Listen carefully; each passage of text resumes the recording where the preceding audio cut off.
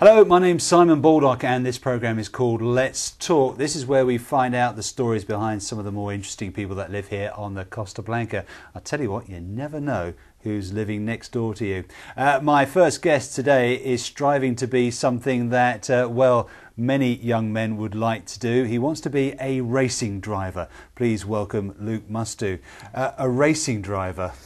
Yes, hopefully. Yeah, fingers crossed. We'll talk more about that a bit later on. Interestingly, you're the second person that I've met, an English person, who would rather do this interview in Spanish. Yeah. How long have you been over here? Too long now. It's been about 14 years, I think it is, roughly. Gosh, and how old are you?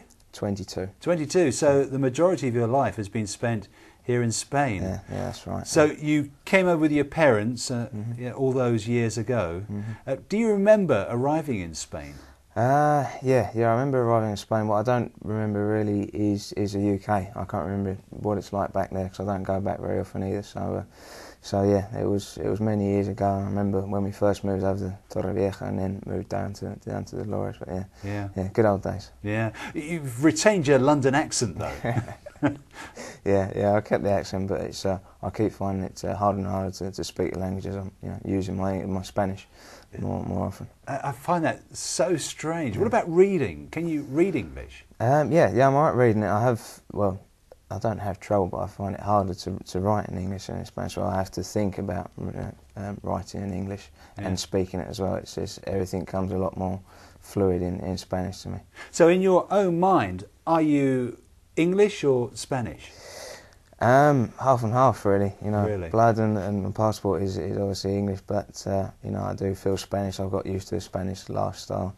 The Spanish way of things, the mañana kind of way of it. But, and where are the family from back in England? They're all down in London, down in Kent. Right. All down there. Yeah, the old green county. Yeah. And you don't go back that often? No, I'm not too keen on flying, so it's. Hang on a second, hang on. Now you're not too keen on flying, but you want to be a racing driver. Yeah, that's right. Yeah. Aren't there certain similarities? I know it's not quite as high as a plane, but you got the speed. Yeah. No, as long as I'm in control of it, then I'm right. I wouldn't be too fond of taking control of a plane. But that's the only thing on takeoff on a plane. I always imagine a Ferrari or a Formula 1 car next to me, as if I was having a race to try and calm myself down whilst flying. Yeah. But yeah. So where does this love of racing come from? Well, since I was about 3 or 4 years old, my parents started taking me to Brands Hatch back in the UK. Of course, Kent. Yeah. They used to. Well, they still love racing. Used to take me down there every other weekend and watch the touring cars, or Formula Fords, historic touring cars, all kinds of different races. And then I started going go-karting at Buckmore Park, and then just started building on that really. So you were brought up going to Brands Hatch. Can you remember some of the races you went to see? Did you ever go to the Formula 1 Grand Prix, for example? No, I've never been to a Formula 1 Grand Prix over there or over here. I've been to watch training and practice and that up at Valencia. But I used to go and watch the British touring cars. I can remember many crashes at Paddock Hill Bend on a wet day up at Brands Hatch. Well, touring cars is much more exciting than Formula 1 anyway, isn't it? Yeah, that's always what my final objective would be, is to get into a World Touring Car Championship, something that is a long way away. But I'd rather get to World Touring Cars than Formula 1. It's a lot more interesting from my point of view. It's not easy, is it? You need a lot of money to get into racing. Where are you at the moment? Well, at the moment, I've done my first ever race, professional race, a few weeks or a month ago up at Jarama. But basically, the only thing that I can really do is trials for racing teams, people, maybe teams that are looking for drivers for certain events. Right. So that's the only thing I can really afford. But to go anywhere further, you do need a lot of money.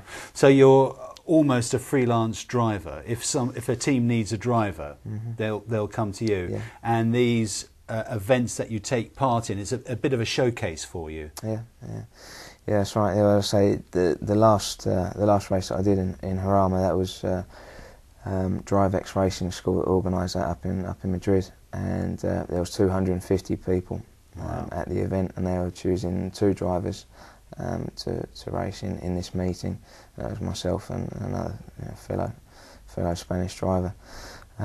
So yeah, that's all I can do at the moment, really. So out of 250 people, you came in the top 2? Yeah, that's right. So you know what you're doing then? Yeah, obviously must be doing something right. I've done 3 trials this year.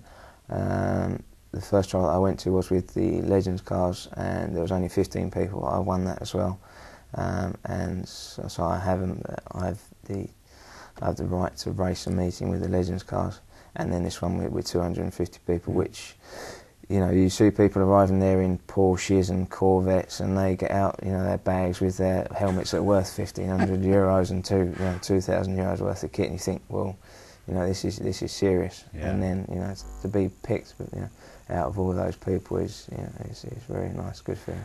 And what sort of cars are you driving at these meetings? Yeah. The last meeting I did was in a Mini Cooper Challenge, which is in the Mini Cooper S John Cooper Works version. And they're 1.6 petrol turbo engines, 210 brake horsepower, all interior stripped out, so you've got no back seats, absolutely no comfort at all. Nowhere for the shopping. No. So, but yeah, that's what I raced last time. Yeah. You must be catching people's eyes by now. Yeah.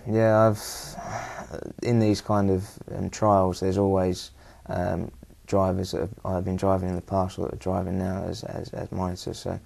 So yeah, you do get to know people. You know, many people that I've now got on my Facebook, and many people that, you know, that will try and encourage you and help you to get into it. But it doesn't really matter, you know, how far you try and get into it. If you haven't got the money to get into it, then it doesn't really matter who you know. It's just having the financial backing to do it. And it's not cheap doing these trials. How much does it cost each time you race? The trial that I did for the Legends car, that was 290 euros.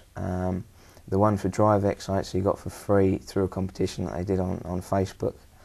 But I have been looking to try and race next weekend at Albacete in the Spanish Endurance Championship in a Hyundai Coupe, but that would cost 3,000 euros just for 2 days. You know, 2 days racing. That's a big jump from 290 euros up to 3. Why is that so much more expensive? Because the Legends was a trial, so you pay your 290 euros. There was 15 people, and they were picking 6. Yeah. So you know you go there. It's more of a driving school really, but with the option, you know, to be picked for an official race. And this is, you pay the 3,000 euros and you're going to race. You know, it's no trial. It is a race. It's a proper race. Yeah. And if you were to win that, if you can get the money first of all, and if you were to win that, what do you get? What's the benefit? Well, apart from, you know, you get yourself in magazines, on TV. You also get financial help. You know, you get prize money as well, and just getting a bit further, you know, into this world. So we need to get you into one of these proper races, basically. Yeah. That's what I'm looking for. That's one of my objectives. There are many different kinds of championships out there. So you know, there's this one will be 3,000 euros per meeting. There's others that may be only, you know, 2,000 euros per meeting, or you know, there's others that are a lot more. So it depends what you can afford, what sponsorship you can get. Then you can go into one or other. But there is always, you know, there's always something to get into if you can afford it. We need to get you a benefactor, a rich benefactor, who's going to pay to get you into these races. Is that's what you're looking for at the end of the day, isn't it? Yeah. That's you know, that's what you need is sponsorship, somebody that can, you know, a big company. But at the moment, you know, it's not easy. It's not the best time economically, of course. But if somebody was to come forward and say, yeah, you know, we'd like to take a punt and help Luke along his road to fame and fortune, what do they get out of it? Well, they'd have their image on the car. If they wish to have T-shirts printed with their logo.